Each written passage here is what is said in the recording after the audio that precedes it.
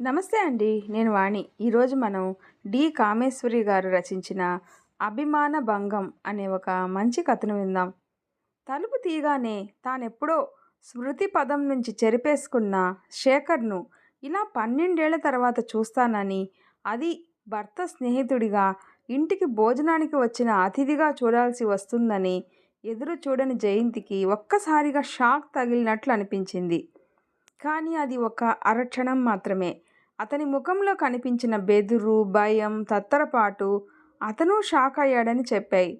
తననిక్కడ స్నేహితుని భారీగా చూసిన అతని స్థితి అర్థమైంది జయంతికి.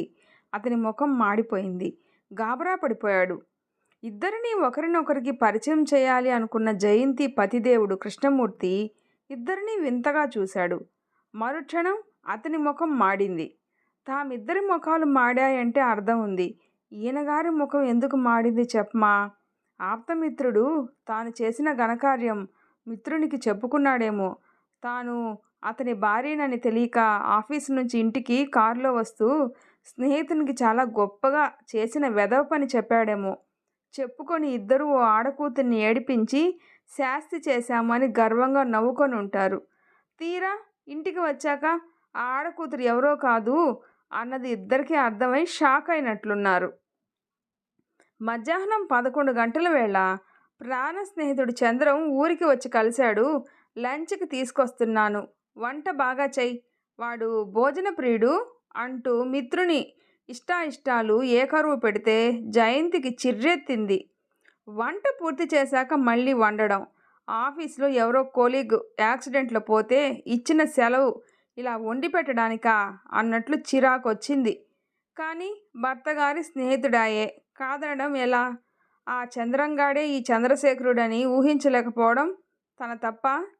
అందరికన్నా ముందు తేరుకున్న జయంతి దారి తొలగి అతిథిని ఆహ్వానిస్తున్నట్లు రాని నవ్వు నవ్వింది. కానీ అతిథి దేవుడు బెదురుగొడ్డులా లోపలికి వచ్చే సాహసం చేయలేనట్లు చెమటలు కార్చుకుంటూ, సారీరా, ముఖ్యమైన అపాయింట్మెంట్ ఉంది, మర్చిపోయాను, sorry for the trouble, some other time అంటూ మొహం చూపలేనట్లు తల దించేసుకొని పరిగెత్తినట్లే వెళ్ళి ట్యాక్సీ ఎక్కేశాడు. పతిదేవుడు ఏమైంది అనే లోపలే అనే అవకాశం ఇవ్వకముందే ట్యాక్సీ కదిలిపోయింది. పిరికి పంద. అలా పారిపోవడం ద్వారా అతను చేసిన వెధవ పనికి మిత్రునికి మరింతగా తెలుస్తుంది అన్న ఇంగిత జ్ఞానం కూడా లేనట్లుంది. వెళ్ళిన ట్యాక్సీ నుంచి దృష్టి మరల్చి భార్య వైపు చూశాడు కృష్ణమూర్తి. జయంతి నిర్లక్ష్యంగా ఓ నవ్వు నవ్వి, ఏమైంది మీ స్నేహితునికి, ఎందుకు అలా పరిగెత్తాడు? కించిత్తు హేళన మేళవించి అంది జయంతి. పతిదేవుడు అనుమానంగా భార్య వంక చూశాడు. వీడు నీకు తెలుసా? అదోలా చూస్తూ అడిగాడు. ఆ, తెలుసు, వెనుదిరిగి లోపలికి నడుస్తూ నిర్లక్ష్యంగా అంది జయంతి. ఎలా తెలుసు? మరో అనుమానపు చూపు. కాలేజీలో నా సీనియర్, టేబుల్ మీద ప్లేట్లు గ్లాసులు సర్దుతూ అంది.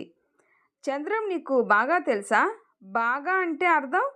కాలేజీలోకి నేను బీఎస్సీ మొదటి సంవత్సరంలో చేరినప్పుడు అతను ఫైనల్ ఇయర్లో ఉన్నాడు. అంతేనా? క్రాస్ ఎగ్జామిన్ మొదలైంది. జయంతి కృష్ణమూర్తి వంక సూటిగా చూసి, అంతేనా అంటే ఇంకా ఏముందని అంది. అదే అడుగుతున్నాను. కాలేజీలో క్లాస్మేట్ అయితే పాత స్నేహితుల్ని చూసి ఆనందిస్తాం, ఇన్నాళ్ళకి కలుసుకున్నామని సంతోషపడతాం. కానీ చంద్రం ఎందుకలా గాబరా పడిపోయాడు? కుర్చీ జరిపి కూర్చున్నాడు భార్యను పట్టి పట్టి చూస్తూ. జయంతి కోపంగా చేతిలో గరిట టేబుల్ మీద పడేసి, ఈ ప్రశ్న అడగవలసింది అతన్ని, పారిపోయింది అతను కాబట్టి ఈ క్రాస్ ఎగ్జామిన్ అతన్ని చేయండి అంది తీవ్రంగా చూసి. కృష్ణమూర్తి ముఖం మార్చుకొని, వాడు నిన్ను చూసి గాబరా పడిపోయాడు అంటే దాని అర్థం మీ ఇద్దరి మధ్య ఏదో జరుగుంటుంది. అతనికి నీకు మధ్య. కృష్ణమూర్తి జయంతిని నిలేస్తున్నట్లు అడిగాడు. అతనికి నాకు మధ్య ఏం జరిగి ఉంటుందని మీ ఉద్దేశం? జయంతి చాలా నిబ్బరంగా అన్నం కలుపుకుంటూ అంది. నాకేం తెలుసు? నీకు తెలియాలి, అందుకే అడుగుతున్నాను హేళనగా అన్నాడు. మా ఇద్దరి మధ్య ఏం జరిగిందో అతను మీకు చెప్పే ఉంటాడు. అఫ్కోర్స్ ఆ నేను ఈ నేను ఒకరే అని తెలియక ఆప్తమిత్రునికి చెప్పే ఉంటాడు. మళ్ళీ అడగడంలో మీ ఉద్దేశం ఏమిటి? జయంతి తీక్షణంగా అంది. ఈసారి కృష్ణమూర్తికి కోపం వచ్చేసింది. ఆ నిర్లక్ష్యానికి, ఆ పొగరుగా జవాబిచ్చిన తీరుకి భర్త గారికి కోపం వచ్చింది.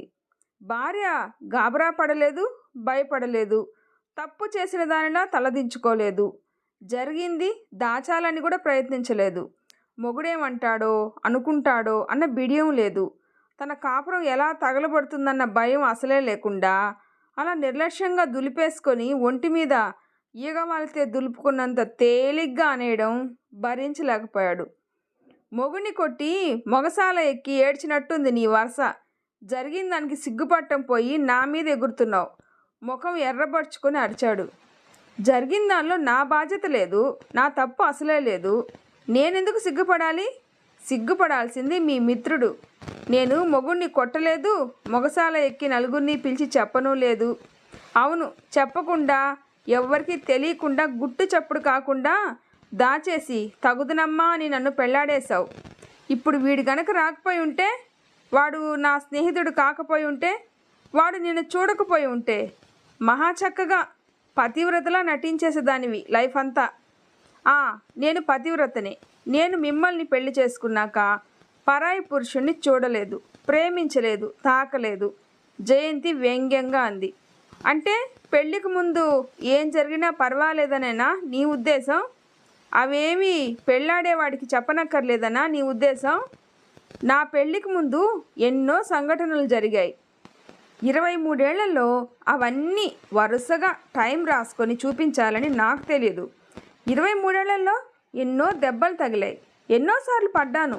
ఒకసారి చెయ్యి విరిగింది, ఒకసారి పడి పన్ను విరగొట్టుకున్నాను, ఒకసారి టైఫాయిడ్ వచ్చి పరీక్షకు వెళ్ళక ఫెయిల్ అయ్యాను, ఓసారి మా అత్త కొడుకు మెట్టు దిగుతుంటే వెనక నుంచి కౌగిలించుకుంటే దవడ మీద ఒకటిచ్చాను, ఓసారి సినిమా హాల్లో ఓ వెధవ వెనక నుంచి నా నడుము మీద వేళ్ళు ఆడించాడు, ఓసారి బస్సులో వస్తుంటే మరో వెధవ అంతకన్నా చెత్త పని ఇంకోటి చేశాడు, ఓసారి నా గొలుసు పారేసుకొని అమ్మ చేత దెబ్బలు తిన్నాను, ఓసారి స్కూటర్ మీద వెళ్తుంటే కింద పడ్డాను.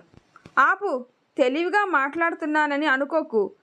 ఈ పడడాలు, దెబ్బలు తగలడాలు, చెయ్యి విరగొట్టుకోవడాలు వీటన్నింటి గురించి ఎవ్వరూ అడగలేదు.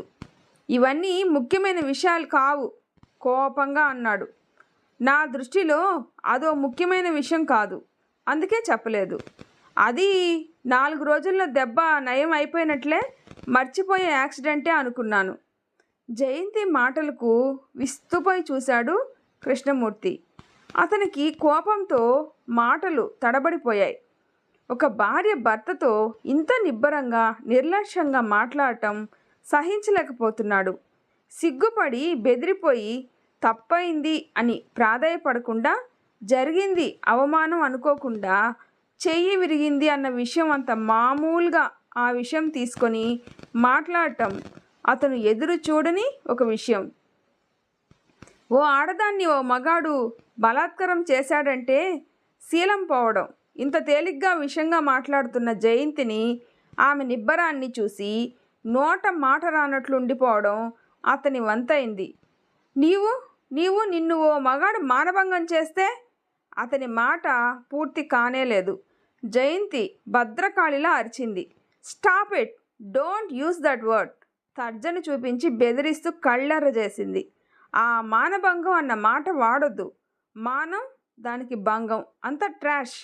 మీ ఫ్రెండు నీచుడు నా మీద బలప్రయోగం చేశాడు, బలాత్కారం చేశాడు. ఆ వెధవ, ఒళ్ళు బలిసిన ఆ వెధవ ముందు శారీరకంగా బలహీనురాలనై వాడి ముందు ఓడిపోయాను. దీనికి మానభంగం అన్న పేరు వాడకండి. అది నా దృష్టిలో ఓ యాక్సిడెంటే. నా ఇష్టం లేకుండా, నా ప్రమేయం లేకుండా శారీరక బలంతో లొంగదీసుకోవడం, ఇది ఒక యాక్సిడెంటే. అంతే తప్ప నేనేదో శీలం, పవిత్రత పోగొట్టుకున్నానని భావించలేదు. నేను కావాలనుకోనిది నా మీద బలవంతంగా రుద్దబట్టంలో నా తప్పు లేదు కనుక ఇది నా జీవితంలో తిన్న దెబ్బల్లో ఒకటి, అంతే. అంటే చెయ్యో కాలో విరగడం ఇది ఒకటేనా? ఇది నా దగ్గర దాచి నీవు మీ వాళ్ళు నన్ను మోసం చేయడం ఎంత దాగా, ఎంత కుట్ర? ఉక్రోషంగా అన్నాడు. ఆగండి, ఇందులో మా వాళ్ళని అనాల్సిందేమీ లేదు, ఎందుకంటే వాళ్ళకు అసలు ఈ విషయమే తెలీదు. కృష్ణమూర్తి ఆశ్చర్యపోయాడు. ఈ విషయం దాచిపెట్టగలిగావంటే ఓహో ఎంత జానవు నువ్వు. ఇంట్లో వాళ్ళకు కూడా తెలియకుండా ఇంత గుట్టుగా. శభాష్, నిన్ను మెచ్చుకోవాలి. నీ గుండె ధైర్యాన్ని అభినందించా వ్యంగ్యంగా అన్నాడు. వాళ్ళతో చెప్పకపోయినా కట్టుకున్నవాడికి నా దగ్గర చెప్పనక్కర్లేదనుకున్నావా? పెద్ద పవిత్రంగా చలామణి అయిపోవాలనుకున్నావా? నీవే నిజాయితీ పర్రాలువైతే నాకు చెప్పేదానివి ముందుగా. చెప్పానుగా, ఇది నా దృష్టిలో శారీరకంగా తగిలిన దెబ్బ మాత్రమే. అందుకనే దీనికి నేను ప్రాముఖ్యం ఇవ్వలేదు. జరిగిందని చెప్పి వాళ్ళని అనవసరంగా బాధ పెట్టడం అనవసరం అనిపించి వాళ్ళకి మీకు చెప్పలేదు. నేను కావాలని ఇంకెవరినో మానసికంగా ప్రేమించి వాడితో శారీరక బంధం ఏర్పరచుకొని అది దాచి మిమ్మల్ని పెళ్ళాడి ఉంటే అది తప్పు నా దృష్టిలో.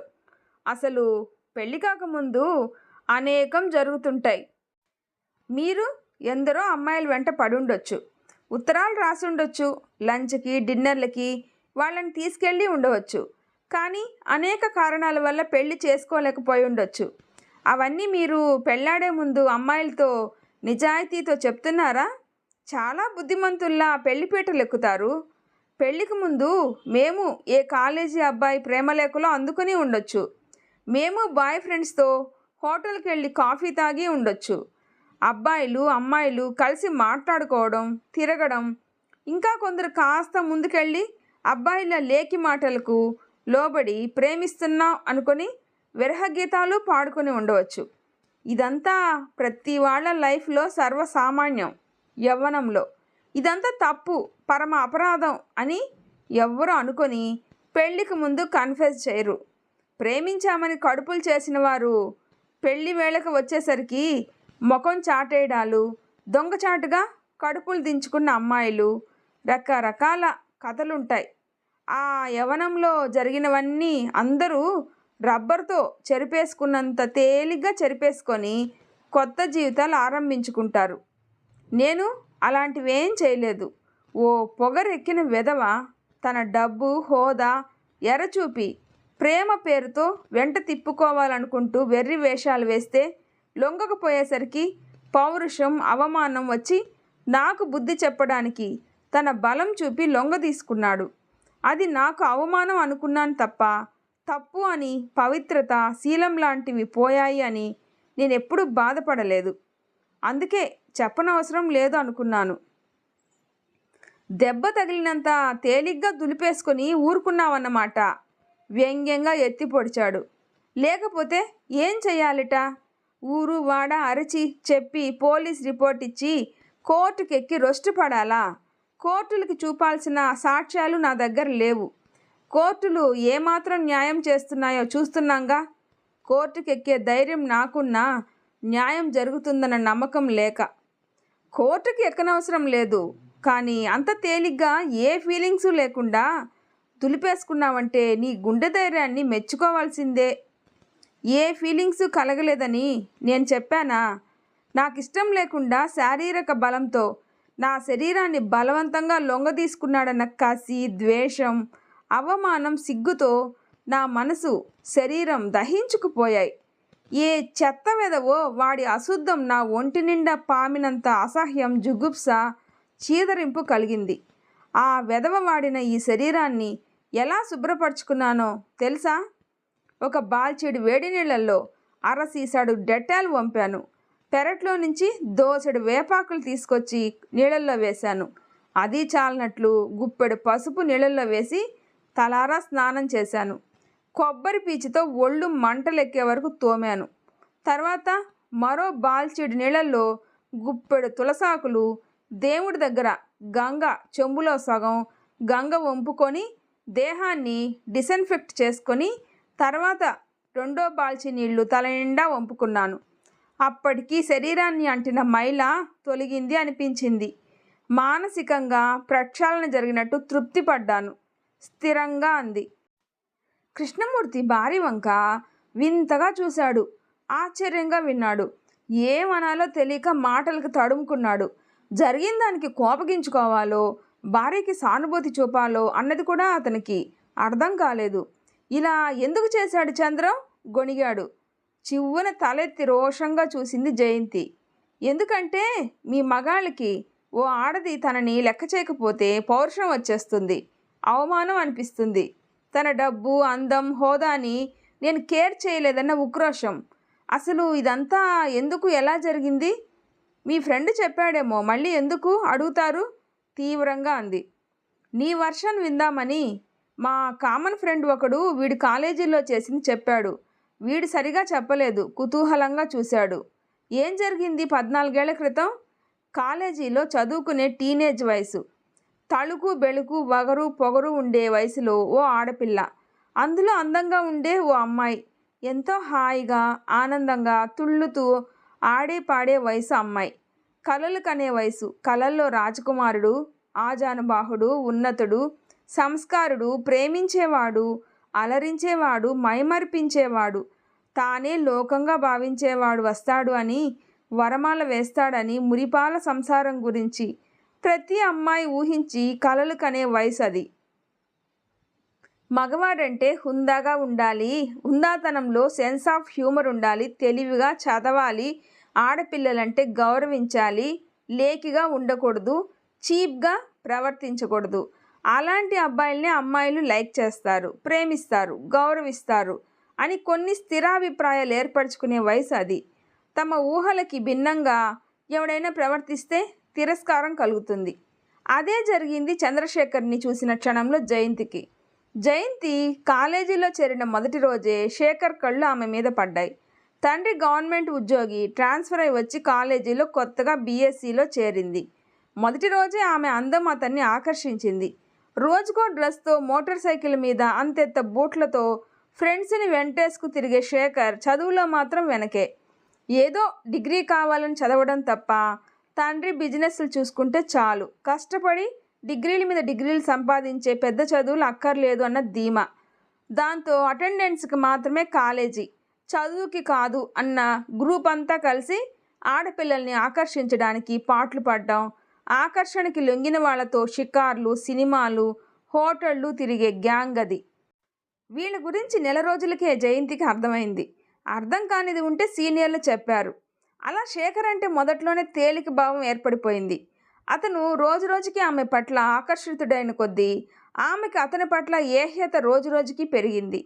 అతన్ని చూడగానే ముఖం చిట్లించుకునేది. అతని వెకిలి వేషాలను తిరస్కారంగా చూసేది. అది అతని అహాన్ని రెచ్చగొట్టింది. తనలాంటి అందగాడు, డబ్బున్నవాడు ఆమె కోసం, ఆమె స్నేహం కోసం ఆరాటపడుతుంటే లెక్కలేనట్లు విదిల్చుకొని తన వైపు కన్నెత్తైనా చూడకపోవడంతో అతని అహం దెబ్బతింది. ఏమనుకుంటుంది? బోడి, దీని పాటి నాకెవరూ దొరకరనుకుంటుంది కాబోలు. ఏదో పెద్ద అందగత్తెనని గర్వం. నేను తలుచుకుంటే దీని పొగరు నిమిషంలో అణుస్తా. పలకరిస్తే ముఖం తిప్పుకొని వెళ్ళిపోతుందా? పుస్తకం అడిగితే విసురుగా లేదంటుందా? చూస్తున్నా దీని వరస. మిత్రుల దగ్గర ఉక్రోషం వెళ్ళగక్కేవాడు.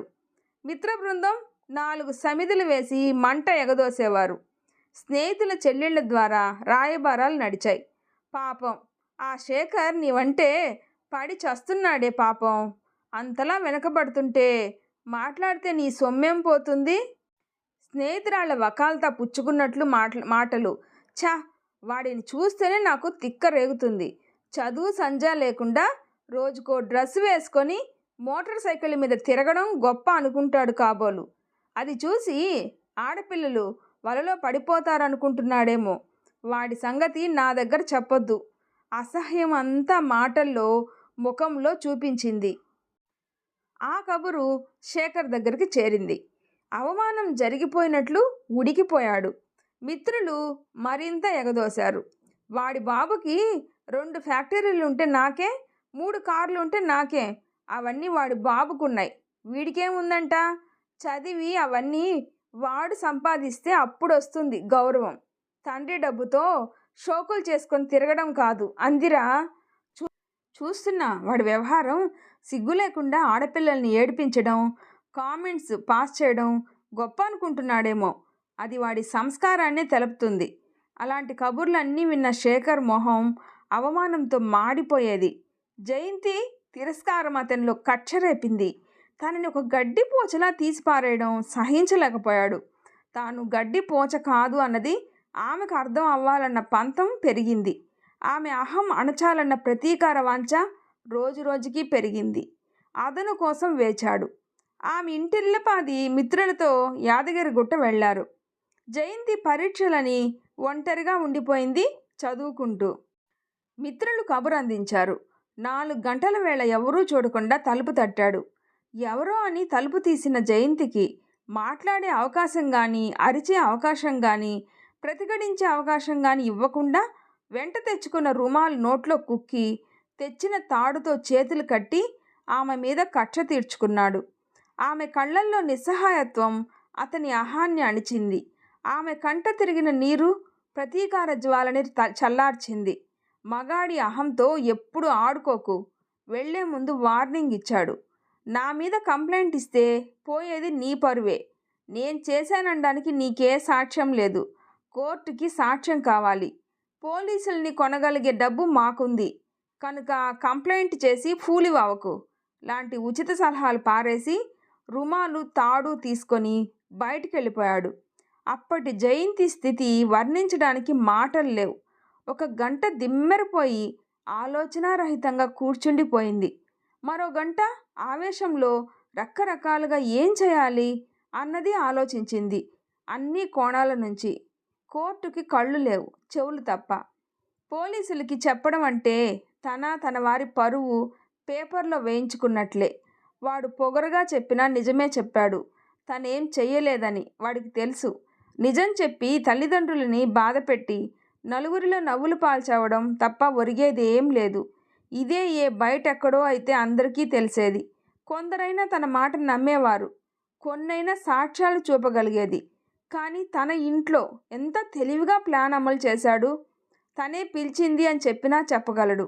ఇప్పుడు ఇది బయటికి చెప్పి తాను ఫూల్ అవడం తప్ప వాడన్నట్లుగా ఏం జరగదు. ఆవేశాన్ని వివేకం అణిచింది. అందరూ ఇంటికి వచ్చేసరికి ఇల్లు, మనసు, శరీరం యథాప్రకారంగా మార్చింది. ఇప్పుడేమిటి తలస్నానం చేశావు? ఇంటికొచ్చిన తల్లి ఆశ్చర్యంగా అడిగింది. చదివి బుర్ర వేడెక్కింది, చెమట పట్టి చీదరగా ఉంది అని స్నానం చేశా. ఎప్పుడూ లేనిది దేవుడికి దీపం పెట్టావు? ఈ భక్తి ఎప్పటి నుంచి? తేలిగ్గా నవ్వి అంది. ఆ రోజుతో ఆ సంఘటన మర్చిపోవాలని ప్రయత్నించింది. కానీ శేఖర్ మర్చిపోనివ్వలేదు. గిల్టీ కాన్షియస్ మనసుని తినేస్తుంది కాపోలు. ఏదో ఆవేశంలో చేసినా మర్నాడు జయంతిని చూడటానికి మొహం చెల్లలేదు. ఏం గొడవ చేస్తుందోనని భయపడ్డ అతను జయంతి ఏం జరగనట్టే ఉండిపోవడంతో ఆశ్చర్యపడ్డాడు. పైకి ఎంత నిర్లక్ష్యంగా నటించినా జయంతి ముఖంలో పూర్వపు చలాకితనం, ఆ కళ్ళల్లో ఆత్మవిశ్వాసం కోల్పోయినట్లుండడం చూసి అతనిలో ఆత్మవిమర్శ, తప్పు చేశానన్న భావం మొదలైంది. ఆగలేక జయంతిని క్షమించమని కోరుతూ, మనం పెళ్లి చేసుకుందాం, నిన్ను మనసారా ప్రేమిస్తున్నాను అంటూ రాశాడు పశ్చాత్తాపం కనబరుస్తూ. నిన్ను పెళ్లాడే కంటే వీధిని పోయే ముష్టివాడిని పెళ్లాడతాను. నా జోలికి రాకు. మరో ఉత్తరం రాయకు. రాస్తే నా శవం చూస్తావు. చచ్చే ముందు నువ్వు చేసిన పని అందరికీ తెలిసేటట్లు చేసి మరీ చస్తాను. ఇది నిజం అంటూ రాసింది. దాంతో శేఖర్ బెదిరాడు. జయంతి జోలికి వెళ్ళడం మానేశాడు. ముళ్ళ మీద ఉన్నట్లు 3 నెలలు గడిపి పరీక్ష రాశాను అనిపించుకొని ఆ కాలేజీ నుంచి బయటపడ్డాడు. ఆ మనిషి ఇన్నేళ్ల తర్వాత ఇలా కనిపిస్తాడని ఊహించిన జయంతి ఎంత నిబ్బరంగా ఉందామనుకున్నా ఈ విషయాన్ని తనంత తేలిగ్గా తనని కట్టుకున్నవాడు తీసుకోడు అన్నది ఆమెకు అర్థం అవసాగింది. 12 ఏళ్ల వైవాహిక జీవితం, 2 పిల్లల తల్లి అయిన తన భార్య గతం అనవసరం అనుకునే సహృదయత ఓ మగాడికి, ఓ మొగుడికి ఉంటుందని ఆశించడం అత్యాశేమో అనిపించసాగింది జయంతికి. ఏమిటలా చూస్తున్నారు? నేనెందుకు ఎవరికీ చెప్పలేదో అర్థమైందా? కానీ నాకు అర్థం కానిది ఏమిటంటే, అప్పుడు అంత పశ్చాత్తాపం వలకబోసి తర్వాత నా జోలికి రావడం మానేసిన ఆ శేఖర్ పని గట్టుకొని ఇన్నాళ్ల తర్వాత మీరెవరో తెలియకుండా ఎందుకు చెప్పాడు? మీరెవరో తెలిసి చెప్తే నా మీద కసి తీర్చుకోవడానికి, నా కాపురం పాడు చేయడానికి చెప్పాడు అని అనుకోవచ్చు. పాత సంగతి ఎందుకు తవ్వాడు? సాలోచనగా చూస్తూ అంది. వాడు నాతో చెప్పలేదు, నేనే వాడిని అడిగా. కృష్ణమూర్తి అన్నాడు. మీరు అడిగారా? మీకెలా తెలుసు ఈ విషయం? ఈసారి ఆశ్చర్యపోవడం జయంతి వంతయింది. మా ఇద్దరికి కామన్ ఫ్రెండు శ్రీధర్ అని ఉన్నాడులే. నేను శేఖర్ కంటే ఓ ఏడాది సీనియర్ని. నేను కాలేజీ నుంచి వెళ్ళిపోయాక జరిగిన సంఘటన ఆ మధ్య శ్రీధర్ శేఖర్ చేసిన పని చెప్పాడు. అది గుర్తొచ్చి అడిగా. పాపం వాడు నాకు తెలిసిందని చాలా సిగ్గుపడుతూ చేసిన తప్పు చెప్పాడు. ఏమిటోరా, ఆ అమ్మాయి నన్ను నిర్లక్ష్యం చేసి రెచ్చగొట్టింది అన్న అహంతో ఉడుకు రక్తం వేడిలో ముందు వెనకలు ఆలోచించకుండా ఆవేశంతో ఆ అమ్మాయి జీవితంతో ఆడుకున్నాను. ఆ వయసులో పొగరు వగరు ప్రతీకారం తీర్చుకునేంత వరకు దుగ్ధ చల్లారలేదు. ఇప్పుడు ఆలోచిస్తే ఎంత సిగ్గుగా ఉంటుందో. తప్పు చేసిన పశ్చాత్తాపం నన్ను నిలవనీయలేదు. చేసిన తప్పుకి పరిహారంగా ఆ అమ్మాయిని పెళ్లాడదాం అనుకున్నాను. కానీ ఆమె అభిమానవతి. చీకొట్టి తన జోలికి వస్తే ఆత్మహత్య చేసుకుంటానని బెదిరించింది. దాంతో ఆ ప్రయత్నం మానుకున్నాను. ఈ శ్రీధర్గాడు ఇన్నాళ్ల తర్వాత పని కట్టుకొని నీకు చెప్పడం ఏమిటి అంటూ బాధపడ్డాడు, సిగ్గుపడ్డాడు. ఇది వరకటి శేఖర్ కాదులే వాడిప్పుడు. మిత్రుడి గురించి సానుభూతి చూపాడు. ఓహో, స్నేహితుడు వెధవ పని చేసినా మీకేం కోపం రాలేదు, కానీ నా తప్పు లేకపోయినా నన్ను నిలేస్తున్నారు.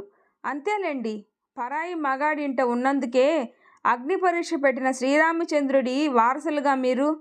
మగాడి తప్పు లెక్కలోకి రాదు, కానీ ఆడదాని తప్పు భూతద్దంలో చూడటానికి ప్రయత్నిస్తారు వ్యంగ్యంగా అంది. కృష్ణమూర్తి తలదించుకొని అన్నం కెలుకుతూ కూర్చున్నాడు. ఏమిటి ముఖం అలా పెట్టారు? ఇంకా జరిగిన దానికి నా తప్పు లేదనిపించడం లేదా? నీ తప్పు ఉన్నా లేకపోయినా, కావాలని చేయకపోయినా జరగాల్సిన అనర్థం జరిగింది. పోవాల్సింది పోయింది కదా. ఏమిటి పోయింది చెప్పండి? చెప్పండి. శీలం పోయిందా? పవిత్రత పోయిందా? మానం మంటగలిసిందా? ఏం పోయిందో డొంక తిరుగుడు లేకుండా స్పష్టంగా చెప్పండి తీక్షణంగా అంది. కృష్ణమూర్తి జవాబు ఇవ్వలేదు. అయితే పోయిన దానికి పాప పరిహారం ఏమిటి? అగ్నిప్రవేశం చేయాలా సీతమ్మ వారిలా? చేస్తే కాలి బూడిదవుతా, కానీ బతికి బయటపడను. నిప్పుల్లో దుమికిన నా శీలం నిరూపించబడదు. పాపం నాతో 12 ఏళ్ళు కాపురం చేసినందుకు మీరు అపవిత్రం అయిపోయి ఉంటారు. పదండి, ఇద్దరం వెళ్ళి గంగలో మునిగి పునీతులం అవుదాం హేళనగా ఎత్తి పొడిచింది. కృష్ణమూర్తి మౌనాన్ని సహించలేక కృష్ణమూర్తి ఉక్రోషంగా లేచి లోపలికి వెళ్ళిపోయాడు. కృష్ణమూర్తి మగ మనస్తత్వం అర్థమైంది జయంతికి. ఓ మగాడు మొగుడి స్థానంలో ఉన్నవాడు ఈ విషయం తేలిగ్గా తీసుకోడు. కనీసం తేలిగ్గా తీసుకున్నట్లు కనబడడానికి ఇష్టం ఉండదు. పట్టించుకోకపోతే 4 రోజులు పోతే అతనే సర్దుకుంటాడు అనుకునింది జయంతి. జయంతి ఆలోచన తప్పు అన్నట్లు, అంత సులువుగా క్షమించను అన్నట్టుగా 1-2 నెలలైనా కృష్ణమూర్తిలో మార్పు రాలేదు. ఒకే గదిలో ఒకే పక్క మీద పడుకున్న ఇద్దరి మధ్య యోజనాల దూరం పెరిగింది. జయంతి వండడం, పెట్టడం, పిల్లలు, ఇంటి పని, ఆఫీస్ పని, పైకి అన్నీ యథావిధిగా జరుగుతున్నాయి. లోపల ఇద్దరి మధ్య జరిగేది బయటికి తెలిసే అవకాశం లేదు. పిల్లలు చిన్నవాళ్ళు, తల్లి తండ్రి మధ్య భేదాభిప్రాయాలు అర్థం చేసుకునే వయసు లేదు వారికి. మాట మంతి కరువై తప్పుకు తిరిగే కృష్ణమూర్తిని చూసి ఒళ్ళు మండి నిలేసింది ఓ రోజు జయంతి. ఏమిటి మీ ఉద్దేశం? మీ ఈ ప్రవర్తనకి అర్థం ఏమిటి? ఏ ప్రవర్తన? నేనేం చేశాను? ముభావంగా అన్నాడు. జయంతి హేళనగా నవ్వింది. అవును, ఏం చేయలేదు, తిట్టలేదు, కొట్టలేదు. చాలా తెలివైన వారు కదా, సైలెంట్ టార్చర్ చేస్తున్నారు. ఈ రకంగా శిక్షించి తృప్తి పడుతున్నారు నేను చెయ్యని తప్పుకు కసిగా అంది. చూడు, నేను నిన్నేమన్నా అన్నానా? మనిద్దరి మధ్య భార్యాభర్తల బంధం తప్ప మిగతా దానిలో మార్పేం లేదు కదా. పిల్లల కోసం మనం కలిసి ఉండక తప్పదు కదా. ఇంతకంటే సర్దుకోవడం నా వల్ల కాదు. ఓహో, పిల్లల కోసం కలిసి ఉన్నారన్నమాట. లేకపోతే నన్ను ఈ పాటికి ఇంట్లో నుంచి తన్ని తగలేసేవారు కాబోలు. పర్వాలేదు, పిల్లల కోసం మీరంతంత త్యాగాలు చేయనక్కర్లేదు. నాకు ఉద్యోగం ఉంది, పిల్లల్ని నేను పోషించుకోగలను. ఈ చెడిపోయిన దానికి డైవర్స్ ఇచ్చి మీరు మహారాజులా 2వ పెళ్లి చేసుకోండి ఉక్రోషంగా అంది. చెడిపోయావు అని నేను అనలేదు, కానీ చూస్తూ చూస్తూ నీతో నా వల్ల కావడం లేదు. నాకేం పెళ్ళాడాలన్న కోరిక లేదు. మన వల్ల పిల్లలు బాధపడకూడదు. నన్ను అర్థం చేసుకో. ఈ 4 గోడలు దాటి వెళ్ళాల్సిన అవసరం లేదు. ఎంతటి అవకాశవాదులు మీరు. ఇప్పుడు భార్యని ఇంట్లో నుంచి పంపించేస్తే లోకం ఏమంటుందోనన్న భయం. ఇల్లాలు ఇంట్లో లేకపోతే ఎదుర్కొనే ఇబ్బందులు తలుచుకొని భయం. పిల్లల్ని ఇంటిని చూసుకోవడం, రేపు పిల్లల భవిష్యత్తు, తల్లి ఇలాంటిది అని తెలిస్తే ఏమవుతుందోనని భయం. ఇన్ని భయాలతో దయ తలిచి నన్ను ఇంట్లో ఉండనిస్తున్నారు. నేనేం మగాడి పొందు కోసం మొహం వాచి ఏడుస్తానని అనుకోకండి. ఆడదానికి భర్త నుంచి కావాల్సింది కాస్తంత ప్రేమ, అనురాగం, సానుభూతి. నేనున్నాను అనే భరోసా కావాలి. జయంతి, నన్ను అర్థం చేసుకో. మనం అనవసరంగా రొష్టుపడొద్దు. నాకు కొంత టైం ఇయ్యి. నిన్ను వదులుకోవాలని నాకేం లేదు. నా మనస్థితి అర్థం చేసుకో. కాలం అన్ని గాయాలు మాన్పుతుంది. గాయం తగిలింది నాకైతే అది మారడానికి మీకు టైం ఇవ్వాలి. Well said. ఎనీహౌ, నన్ను ఇంట్లో ఉండడానికి పర్మిషన్ ఇచ్చినందుకు థ్యాంక్స్ చెప్పను. ఎందుకంటే నన్ను పొమ్మనే హక్కు మీకు లేదు గనక. ఇది నా ఇల్లు. ఇక్కడి నుంచి నన్ను పంపాలంటే కోర్టుకెక్కి విడాకులు తీసుకోవాలి మీరు. మన మధ్య భార్యాభర్తల సంబంధం లేదు అన్నప్పుడు ఇంకా ఈ మంచం మీద పడుకోవడం అనవసరం. జయంతి విసురుగా గదిలోంచి వెళ్ళిపోయింది. రాత్రి 11 గంటల వేళ మంచి నిద్రలో ఉన్న జయంతి ఒంటి మీద చెయ్యి పడేసరికి ఉలిక్కిపడి కళ్ళు తెరిచింది. చెయ్యి పట్టి లాగుతున్న కృష్ణమూర్తిని చూసి చీత్కారం చేస్తూ, చెయ్యి వదలండి తీక్షణంగా అంది, చెయ్యి విదిల్చి కొట్టి. జయ, ప్లీజ్ రా మన గదిలోకి. జరిగింది మర్చిపోదాం. జరిగింది ఓ పీడకలని మర్చిపోదాం అనునయిస్తూ అన్నాడు. జయంతి అతన్ని ఓ పురుగుని చూసినట్లు తిరస్కారంగా చూసింది. వెళ్ళండి ఇక్కడి నుంచి. మరెప్పుడు నా ఒంటి మీద చెయ్యి వేసే సాహసం చేయకండి. జరిగింది మీ అవసరం కోసం మీరు మర్చిపోదలిచినా నేను మర్చిపోను. ఈ మాట ఆ రోజు 6 నెలల క్రితం అనుంటే తప్పకుండా మర్చిపోయేదాన్ని. Now it is too late. ఆడదాని అవసరం కోసం ఆత్మాభిమానం మీరు వదులుకోగలరేమో కానీ చేసిన అవమానం నేను మర్చిపోలేను. వెళ్ళండి ఇక్కడి నుంచి, చాలా కటువుగా అంది. ప్లీజ్, నీ కోపం నాకు అర్థమైంది జయ. నా మనసుకి నచ్చ చెప్పుకోవటానికి నాకు టైం కావాలన్నానుగా. నన్ను నా మనస్థితిని అర్థం చేసుకో. అర్థం చేసుకోవడానికి ఏం లేదు. అర్థం చేసుకుని ఉండాల్సింది మీరు. నా నిస్సహాయ స్థితిని, నా అవమానాన్ని, నా ఆత్మాభిమానాన్ని దెబ్బతీసిన ఆ సంఘటనకి సానుభూతి చూపాల్సింది పోయి చేయని నేరానికి శిక్ష వేశారు. ఆనాడు జరిగింది మీ పరిభాషలో నా మానభంగం అయి ఉండొచ్చు. ఈనాడు ఇది నా అభిమాన భంగం. నా దృష్టిలో శేఖర్ కంటే మీరే ఎక్కువ దోషులు. వాడు నాకేం కాడు కనుక వాడు చేసిన పని మర్చిపోగలిగాను. కానీ కట్టుకున్న భార్యను, 12 ఏళ్ల కాపురం చేసిన భార్యను, మీ ఇద్దరి పిల్లల తల్లి పట్ల కనీస సానుభూతి కూడా చూపలేకపోయినా మొగుడనే మిమ్మల్ని మాత్రం క్షమించను. అభిమాన భంగం జరగనేను. కనీసం ఆ తృప్తి అయినా నాకు దక్కాలి. మానం పోయినా అభిమానం పోగొట్టుకొని ఈసారి మరోసారి ఈ ప్రసక్తి తెచ్చినా, నా ఒంటి మీద చెయ్యి వేసినా సహించను.